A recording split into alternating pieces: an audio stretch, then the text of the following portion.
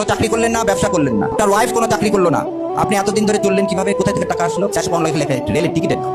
আপনি খাইলেন কি বাতাস থেকে? আপনি এমন নেতৃত্ব তৈরি করতেছেন যে নেতৃত্ব আরেক দলকে বলতেছে নারী নেতৃত্বায়ন করে না। তো 17 বছর আওয়ামী লীগ যে রেটরিক তৈরি করে গেছে মুক্তিযুদ্ধের পক্ষ বিপক্ষ, আপনি এর সাথে একই কাজ করতেছেন। আপনি একটা কোম্পানি খুলছিলেন, সে কোম্পানির নাম ছিল কি? White and blue. এই কোম্পানি আপনি বন্ধ করে দিলেন। এই কোম্পানি আপনি 2017 সালে বন্ধ করে দিলেন। তাহলে আপনি কোনো চাকরি করলেন না, ব্যবসা করলেন না, আপনার ওয়াইফ কোনো চাকরি করলো না, আপনি এতদিন ধরে চললেন কিভাবে? কোথা থেকে টাকা আসলো? আপনি বলতেছেন বাংলাদেশ জামাত ইসলামের আমিরে জামাত কিভাবে 3,20,000 টাকায় মাসে চলে। আপনি আপনার ভোটের ইয়াতে কি দিচ্ছেন জানেন? দেখাই দিই, বলে দিচ্ছি। আপনি যাকে নেতা নির্বাচন করতেছেন সে বলছে তার মাসিক ইনকাম হচ্ছে, বাৎসরিক ইনকাম একক দশক শতক হাজার লক্ষ 6,76,353 টাকা। 1 পাউন্ড সমান 170 টাকা। 6 লাখকে যদি আপনি 170 টাকায় ভাগ দেন কত পাউন্ড আসে? 3,000 পাউন্ড। 3,000 পাউন্ডকে আপনি যদি 12 দিয়ে ভাগ দেন কত আসে?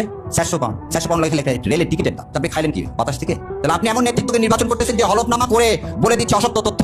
আপনি এমন নেতৃত্ব তৈরি করতেছেন যে নেতৃত্ব আরেক দলকে বলতেছে নারী নেতৃত্বায়ন করে না, আর আপনি নিজের নেতৃত্ব বিশ্বাস করেন না। কেন, সমস্যা কি? আর একটা বললেন কি? ধর্ম নিয়ে বাংলাদেশ জামাত ইসলাম বিশ্বাস করে। 91% তাহলে মুসলমান বিশ্বাস করে না ধর্ম? তাহলে 91% এই দেশের মানুষ মুসলমান না? 91% মানুষ এই দেশের মুসলমান না? এই রেটরিক গুলো তৈরি করে আপনি কি চাচ্ছেন? ভাগ করতে চাচ্ছেন। গত 17 বছর আওয়ামী লীগ যে রেটরিক তৈরি করে গেছে মুক্তিযুদ্ধের পক্ষ বিপক্ষ, আপনি এসে একই কাজ করতেছেন। তাহলে এই বয়ান কার? এটা কি হাদির স্বপ্ন ছিল?